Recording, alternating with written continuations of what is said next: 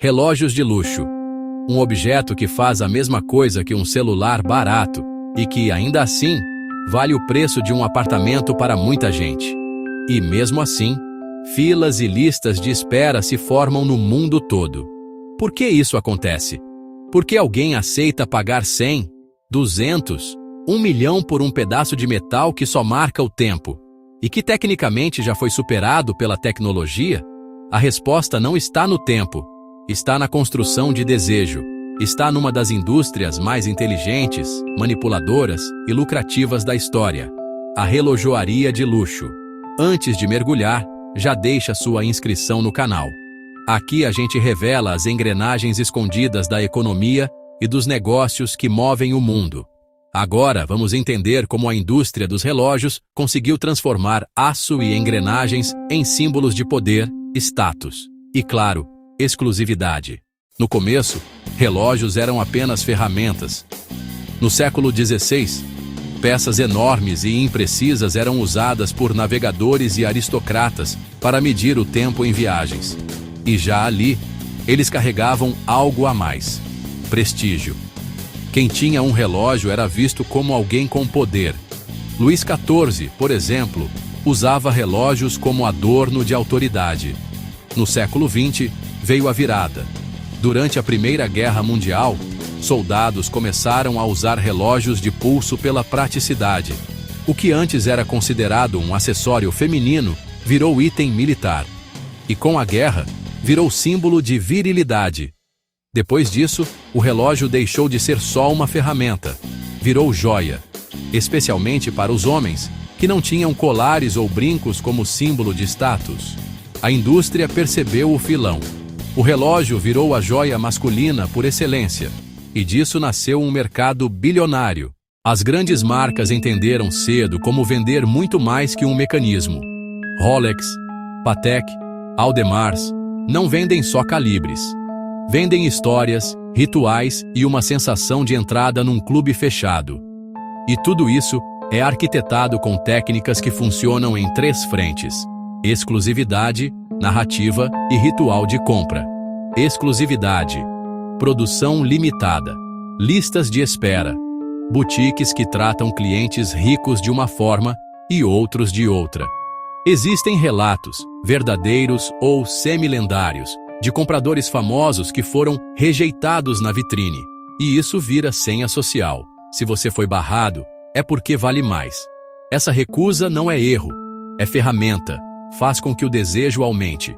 Você quer algo que sabe que nem todo mundo pode ter. Narrativa. As marcas contam histórias épicas, feito à mão desde 1839. Movimento herdado de um mestre relojoeiro. Juramentos de tradição. Isso converte um objeto em legado. Legado vira herança. Herança vira justificativa para preço absurdo. Ritual de compra.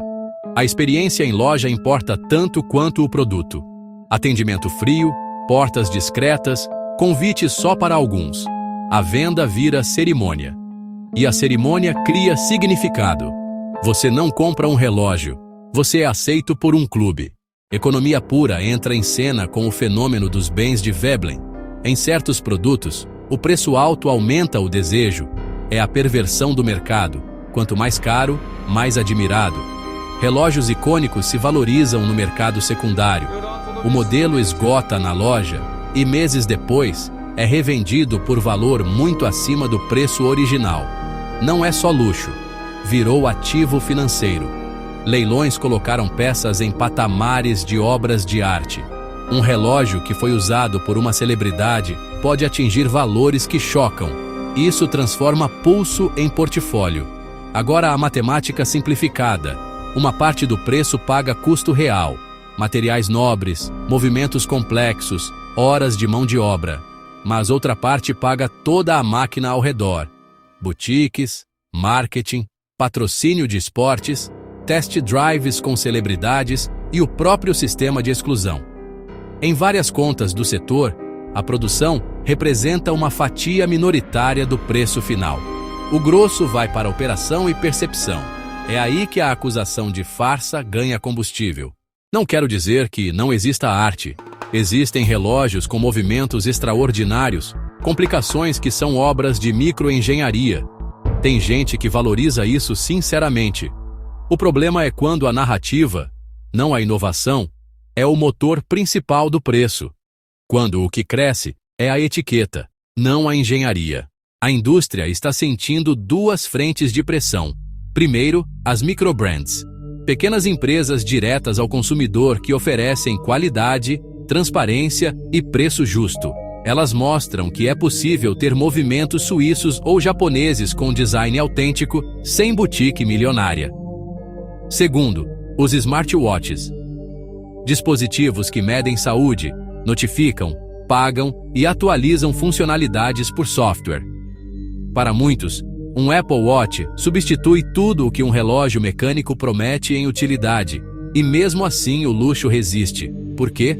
Porque luxo não vende utilidade, vende significado, e significado se alimenta de simbolismo. A contradição é fértil. Enquanto a tecnologia substitui função, o relógio mecânico enfatiza status. A falta de utilidade vira charme. Pergunta curta aqui para você. Responde nos comentários com só uma palavra. Você compraria um relógio de luxo por status ou por amor à arte? Quero ver quantas respostas de cada ao longo do dia. Voltando. A economia por trás disso é real e grande. A Suíça, apesar de pequena, concentra uma fatia enorme desse mercado. Exportações anuais que passam de dezenas de bilhões em moeda local. Esse volume gera empregos, turismo de luxo e poder simbólico. Marcas guardam mitologias porque isso sustenta toda uma cadeia econômica. Uma mudança brusca no comportamento do consumidor pode afetar cidades, empregos e até exportações.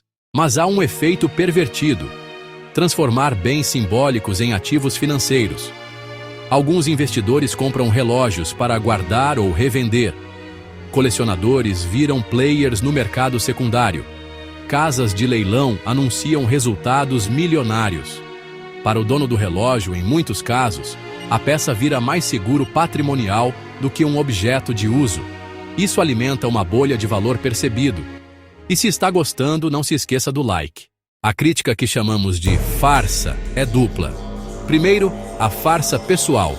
O comprador é convencido de que o status é uma conquista pessoal, quando em muitos casos é engenharia de marketing. Segundo, a farsa social. A indústria usa estética de tradição para justificar aumentos que às vezes só ampliam margens sem inovação real. E isso cria uma elite performativa.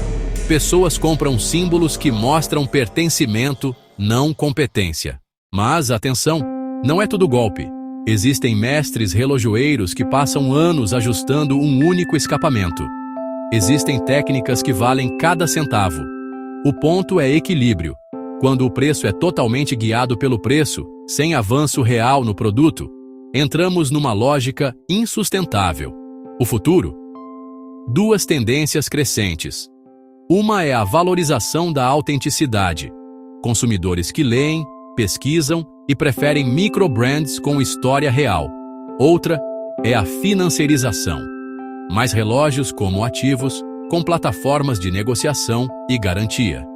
Entre essas forças, as grandes marcas vão adaptar estratégia. Mais narrativa, mais colaborações e possivelmente mais transparência em certos modelos. Ou vão manter o jogo da escassez até que o mercado mude de hábito. Então a farsa existe, mas é sofisticada. É uma máquina que transforma desejo em preço e preço em prestígio. Alguns saem ganhando. A maioria, na melhor das hipóteses, compra memória. Na pior, entra numa lógica de ostentação que custa caro.